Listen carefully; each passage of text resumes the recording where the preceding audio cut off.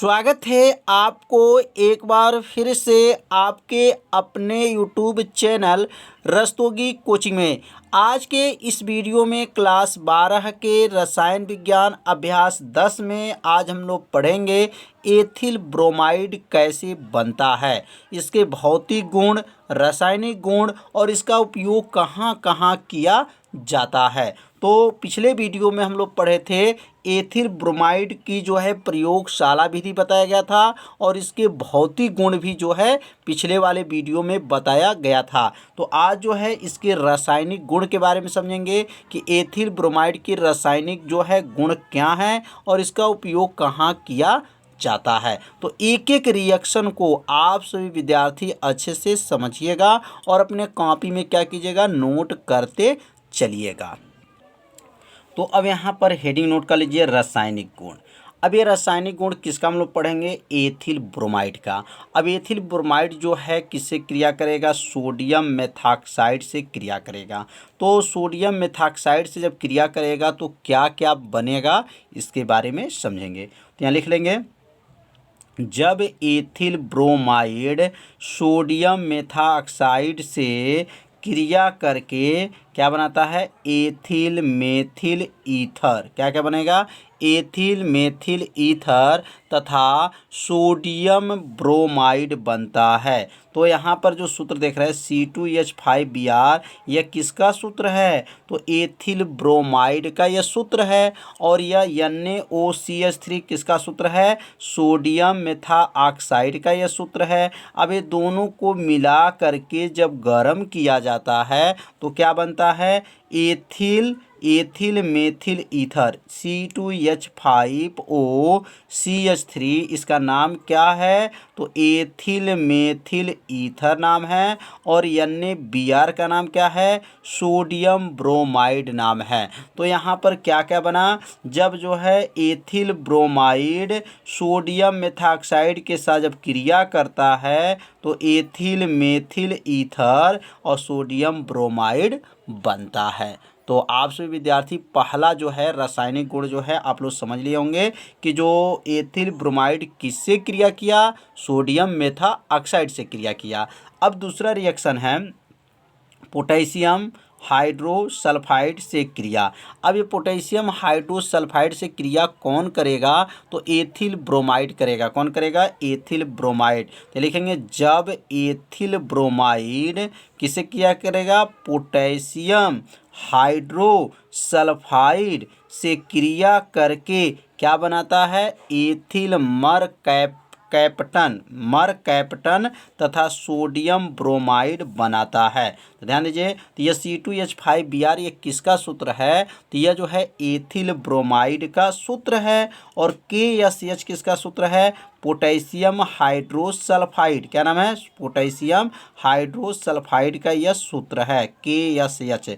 तो यह दोनों को जब मिला करके जब गर्म किया जाता है तो C2H5SH जो बना इसका नाम है एथिल मरकैप्टन। क्या नाम है, एथिल मरकैप्टन बना। और यहाँ पे KBr का नाम क्या है, तो KBr का नाम हो जाएगा, ध्यान दीजिएगा, यहाँ पर सोडियम लिखा गया, सोडियम नहीं लिखेगा, यहाँ पर पोटेशियम ब्रोमाइड क्या बनेगा, पोटेशियम। यहाँ पोटेशियम जो है ब्रोमाइड बनेगा, पोटेशियम ब्रोमाइड बनता है। पोटेशियम ब्रोमाइड का सूत्र क्या है, KBr होता है। क्या होता है, KBr होता है। तो इस रिएक्शन को आप सभी विद्यार्थी अपने कॉपी में क्या कीजिए, नोट करते चलिए, तभी आप लोग को ये रिएक्शन अच्छे से समझ में आएगा। तो रिएक्शन जो है अगला तीसरा हमारा रिएक्शन है सिल्वर नाइट्रेट से क्रिया।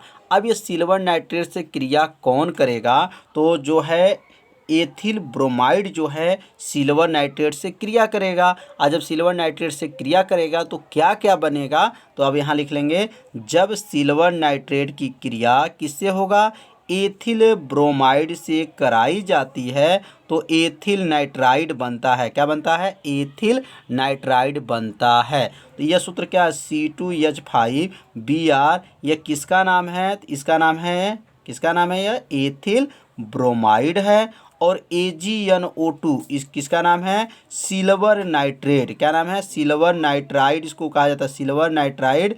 दोनों को जब मिला करके जब गर्म किया जाता है तो क्या बना यहाँ पर? C2H5NO2 बनेगा। इसका नाम क्या है? एथिल नाइट्राइड नाम है। क्या नाम है? Ethyl nitride. और यह हो गया सिल्वर जो है ब्रोमाइड बना। AgBr का नाम क्या है? सिल्वर जो है ब्रोमाइड।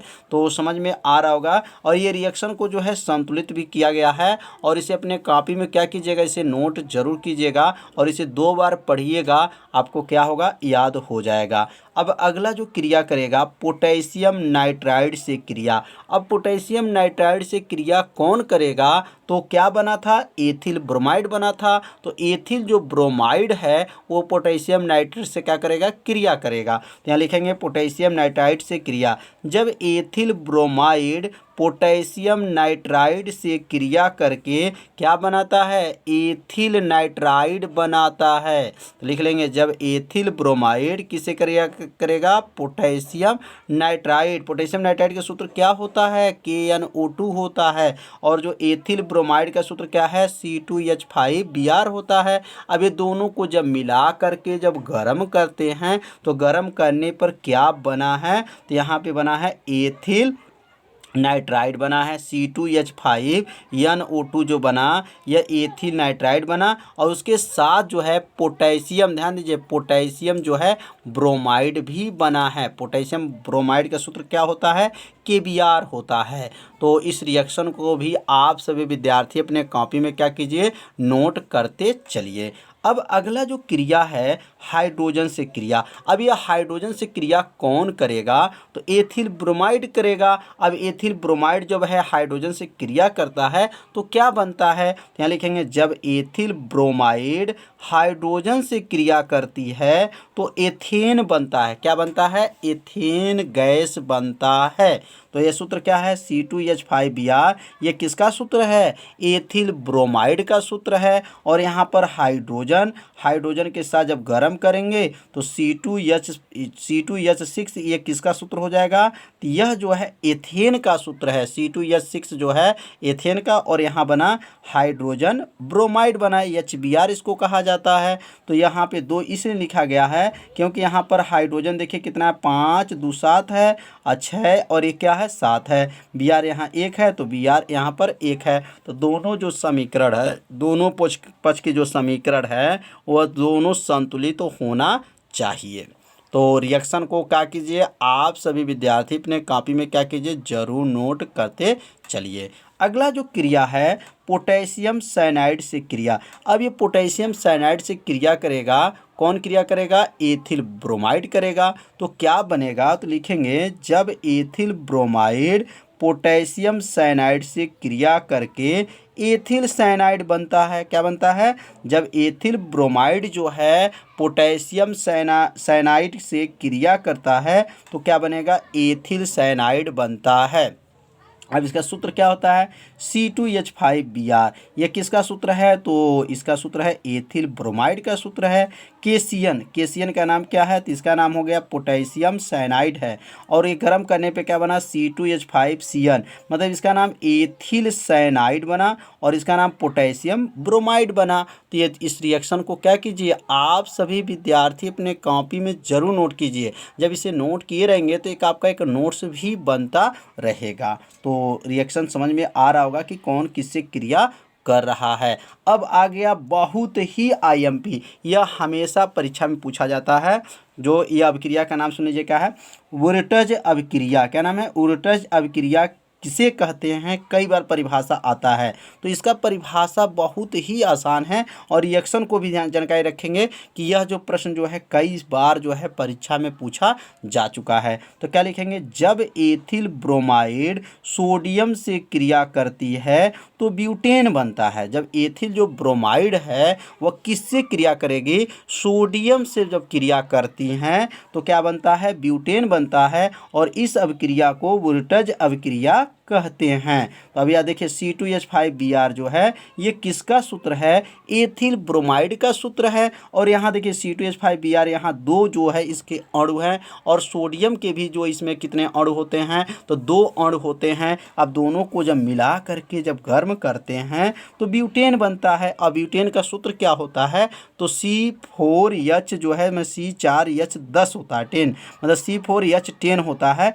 और यह सोडियम ब्रोमाइड बनता है। क्या बनता है, सोडियम ब्रोमाइड बनता है। तो इस अभिक्रिया को क्या कहा गया है, बोरेटज अभिक्रिया कहा जाता है। तो आप सभी विद्यार्थी इसे अपने कॉपी में क्या कीजिए, जरूर नोट कर लीजिए, क्योंकि ये प्रश्न कई बार की परीक्षा में पूछा जा चुका है। तो अब अगला जो है हम लोग रासायनिक गुण पढ़ेंगे। फ्रैकलैंड्स अभिक्रिया, फ्रैकलैंड्स अभिक्रिया क्या है, तो इसका आप समझेंगे। यह जो है अभिक्रिया क्या होता है, जब एथिल ब्रोमाइड की क्रिया जिंक से, किससे, जिंक मतलब Zn से कराई जाती है तो ब्यूटेन बनता है। जब एथिल जो ब्रोमाइड है C2H5Br जो है वह जिंक से जब क्रिया करता है तो ब्यूटेन बनता है। इस अभिक्रिया को ही क्या कहते हैं, फ्रैकलैंड्स अभिक्रिया कहते हैं। अब यहाँ सूत्र देखेंगे C2H5Br, यह किसका सूत्र है, एथिल जो है ब्रोमाइड है, और यहाँ पे इसके अणु कितने हैं, C2H5Br यहाँ पे दो अणु इसका लिया गया है, और ये जिंक के साथ जब क्रिया किया है तो यहाँ क्या बना है, C4H10 तो बना, लेकिन इसका नाम क्या है, ब्यूटेन बना है। सोडियम जो है, सोडियम यहाँ हो जाएगा डाई ब्रोमाइड, सोडियम जिंक, ध्यान दीजिए, जिंक डाई ब्रोमाइड बना है। यहाँ Zn का नाम क्या हो जाएगा, जिंक हो जाएगा, और यह डाई हो जाएगा, इसका नाम है ब्रोमाइड। तो जिंक डाई ब्रोमाइड भी उसके साथ बना। तो समझ में आ रहा होगा कि जब एथिल ब्रोमाइड किससे क्रिया किया, जिंक से क्रिया करता है तो ब्यूटेन तो बनता है, लेकिन इस अभिक्रिया को क्या कहते हैं, फ्रैकलैंड्स अभिक्रिया कहते हैं। तो इस रिएक्शन को और यह जो है अभिक्रिया को आप सभी तैयार कर लीजिएगा, क्योंकि एक एक प्रश्न का जो है यह प्रश्न अलग से प्रश्न पूछा जाता है कि फ्रैकलैंड्स अभिक्रिया क्या है। तो इस अभिक्रिया का परिभाषा समझ लिए होंगे कि इसमें क्या है, किससे क्रिया किया है, जिंक से क्रिया किया है और ब्यूटेन बना है। अगला जो है फ्रीडेल, ध्यान दीजिए, फ्रीडेल क्राफ्ट अभिक्रिया। फ्रीडेल क्राफ्ट अभिक्रिया यह भी कई बार जो है परीक्षा में पूछा जा चुका है। तो फ्रीडेल क्राफ्ट अभिक्रिया क्या है, जब एथिल ब्रोमाइड की क्रिया बेंजीन से निर्जल AlCl3 के उपस्थिति में कराई जाती है तो एथिल बेंजीन बनता है। क्या बनता है, एथिल बेंजीन बनता है। इस अभिक्रिया को क्या कहते हैं, फ्रीडेल क्राफ्ट अभिक्रिया कहते हैं। कितना आसान है, तो इसे कहेंगे जब एथिल जो ब्रोमाइड है वह किससे क्रिया करती है, तो बेंजीन से क्रिया करेगी, और किसके उपस्थिति में क्रिया करेगी, तो AlCl3 के उपस्थिति में जब उसको गर्म कराई जाती है तो एथिल जो है बेंजीन बनता है, और इस अभिक्रिया को फ्रीडेल क्राफ्ट अभिक्रिया भी कहते हैं। अब यहाँ पर रिएक्शन समझना, C2H5Br यह किसका सूत्र है, तो एथिल ब्रोमाइड का सूत्र है, और C6H6 किसका सूत्र है, तो यह जो है बेंजीन का सूत्र होता है। किसका सूत्र है, बेंजीन का। अब इसको मिला करके जब गर्म किया गया है तो यह बना है एथिल बेंजीन। क्या बना है, एथिल C6H5C2H5, यह किसका सूत्र है, तो यह है एथिल बेंजीन का सूत्र है। और HBr किसका सूत्र है, तो हाइड्रोजन ब्रोमाइड का सूत्र है। तो समझ में आ गया होगा, यहाँ तीन अभिक्रिया जो बताया गया बहुत ही क्या है, IMP है। अगला जो है सिल्वर ऑक्साइड से क्रिया। अब सिल्वर ऑक्साइड से क्रिया कौन करेगा, तो लिखेंगे जो है एथिल ब्रोमाइड जो है सिल्वर जो है ऑक्साइड से क्रिया करेगा। तो लिखेंगे जब एथिल ब्रोमाइड की क्रिया किसे, सिल्वर ऑक्साइड से कराई जाती है तो डाई एथिल ईथर बनता है। क्या बनता है, डाई एथिल ईथर बनता है। तो C2H5Br ये किसका सूत्र है, तो यह एथिल ब्रोमाइड का सूत्र है। और Ag2O ये किसका सूत्र है, सिल्वर ऑक्साइड का यह सूत्र है। और यहाँ C2H5Br देखिए यहाँ पर मतलब इसके अणु जो है दो लेना है। किसका, मतलब एथिल ब्रोमाइड के जो अणु होंगे इसमें कितने होंगे, दो होंगे, और किससे क्रिया करेगा, सिल्वर ऑक्साइड के साथ जब क्रिया करेगा तो क्या बनेगा, डाई। ध्यान दीजिएगा, डाई जो है, डाई मतलब C2H5 इसलिए इसको डाई बोला गया, 2 बार है ना, इसलिए इसको डाई बोलते हैं। और O का नाम क्या है, ईथर है, तो डाई एथिल ईथर हो गया। और ये सिल्वर जो है ब्रोमाइड भी उसके साथ बना। तो यहाँ पे इसका नाम समझ में आ रहा होगा, ये 2 बार है इसने डाई बोलेंगे, और C2H5 का नाम एथिल है, O का नाम क्या है, ईथर है, तो इसने डाई एथिल क्या हो जाएगा, ईथर बनता है। अगला जो अपक्रिया है हाफमैन अपक्रिया, यह बहुत बार परीक्षा में पूछा गया। हाफमैन अपक्रिया से क्या समझते हैं, तो लिखेंगे जब एथिल ब्रोमाइड अमोनिया से क्रिया करेगा, किससे, अमोनिया से जब क्रिया करता है तो यह क्रमशः ethyl amine, die ethyl amine, try ethyl amine तथा टेट्रा एथिल अमोनियम ब्रोमाइड बनता है। ध्यान दीजिएगा, क्या क्या बनता है, टेट्रा एथिल अमोनियम जो है ब्रोमाइड बनता है। तो यहाँ पर जो है क्रमशः जो है रिएक्शन को समझेंगे, यहाँ पर 4 रिएक्शन जब लिखेंगे तभी जा करके ये रिएक्शन क्या होगा, पूरा होगा।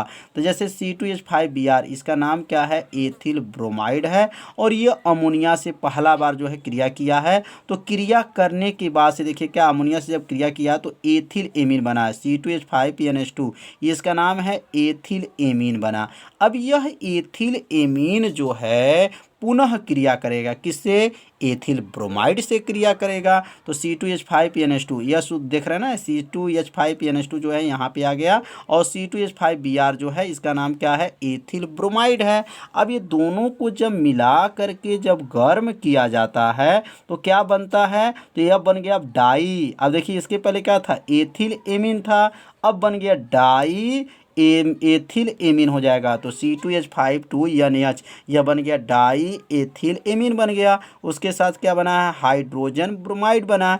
पुनः अब यह जो बना है डाई एथिल एमीन, पुनः जो है देखिए यहाँ पे आ गया C2H5 2NH, इसका जो है गर्म पुनः किससे करेंगे, एथिल ब्रोमाइड से करेंगे। तो यहाँ एथिल ब्रोमाइड से जब क्रिया किए हैं तो क्या बन गया, ट्राई बन गया, ट्राई एथिल एमीन बन गया। C2H5 यहाँ पर 3N हो गया। अब यहाँ बनने के बाद से जो है उसके साथ जो है HBr भी बन गया। तो यहाँ क्या लिखा गया, तीसरा चरण में क्या कहेंगे, जब ये डाई जो है एथिल एमीन किससे क्रिया करेगा, एथिल ब्रोमाइड से पुनः क्रिया किया तो क्या बन गया, टेट्रा एथिल, ध्यान है, टेट्रा एथिल एमीन बना। अब ये टेट्रा एथिल एमीन जो है पुनः क्रिया करेगा, बस थोड़ा सा आपको ध्यान देना है, मतलब यह यहाँ पे आ जाएगा, पुनः यह यहाँ पे आ जाएगा, पुनः यह यहाँ पे आ जाएगा। और यह जो है एथिल ब्रोमाइड से पुनः क्रिया करता है तो क्या बनता है, टेट्रा एथिल अमोनियम ब्रोमाइड बनता है। और जो है यह पूरा जो तब जा कर के ये पूरा जो है चारों रिएक्शन क्या होता है, पूर्ण हो जाता है। तो समझ में आ गया होगा कि ये रासायनिक गुण जो बताया गया, किसका बताया गया, एथिल ब्रोमाइड का जो है ये रासायनिक गुण बताया गया। तो इस रासायनिक गुण को आप सभी विद्यार्थी अपने कॉपी में क्या कीजिए, जरूर नोट कीजिए, इसे 2 बार पढ़िए। जब 2 बार पढ़ेंगे तो आपको क्या होगा, याद हो जाएगा। अब इसका उपयोग कहाँ करते हैं, थोड़ा उपयोग के बारे में भी समझ लें कि इसका उपयोग कहाँ होता है। तो यह पहला जो इसका उपयोग होगा, मतलब किसका उपयोग बता रहे हैं, एथिल ब्रोमाइड का जो है इसका उपयोग कहाँ किया जाएगा। तो पहला उपयोग है कार्बनिक संश्लेषणों में, कार्बनिक जो संश्लेषण की क्रिया होती है उसमें इसका प्रयोग किया जाता है। तो और दूसरा जो है औषधि बनाने में, औषध मतलब क्या होता है, दवा बनाने में जो है एथिल ब्रोमाइड का प्रयोग किया जाता है। तो 2 समझ में आ गया होगा, कार्बनिक संश्लेषण में और औषधि बनाने में इसका प्रयोग किया जाता है। अगला जो है निश्चेतक के रूप में, निश्चेतक का मतलब होता है कि उसको बेहोशी करने में जो है इसका उपयोग किया जाता है। मतलब कि व्यक्ति को अगर बेहोशी करना हो तो हम लोग निश्चेतक के रूप में जो है इसका प्रयोग किया जाता है। अगला जो है ग्रिग्नार्ड अभिकर्मक बनाने में जो है इसका उपयोग किया जाता है। तो टोटल यहाँ पर देखेंगे तो 4 उपयोग जो है यहाँ बताया गया है। तो ये चारों उपयोग को आप सभी विद्यार्थी क्या कीजिए, अपने कॉपी में से ज़रूर नोट कर लीजिए। 2 बार पढ़िएगा, आपको ये उपयोग क्या होगा, याद हो जाएगा। तो एथिल ब्रोमाइड कैसे बना वो कल के वीडियो में बताया गया था, प्रयोगशाला विधि कल के वीडियो में बताया गया था, भौतिक गुण भी कल के वीडियो में बताया गया था। आज हम लोग क्या पढ़े हैं, उसके रासायनिक गुण पढ़े हैं और इसका उपयोग उपयोग कहाँ किया जाता है आज के इस वीडियो में बताया गया। तो आज का वीडियो कैसा था आप सभी विद्यार्थी जरूर कमेंट कीजिएगा, वीडियो को लाइक कर दीजिएगा और चैनल पर यदि आप पहली बार आए होंगे तो चैनल को सब्सक्राइब जरूर कर लीजिएगा, क्योंकि आपके लिए लाइव क्लास चलाया जा रहा है। तो मिलते हैं अब अगले भाग में, तब तक के लिए सभी विद्यार्थियों को नमस्कार।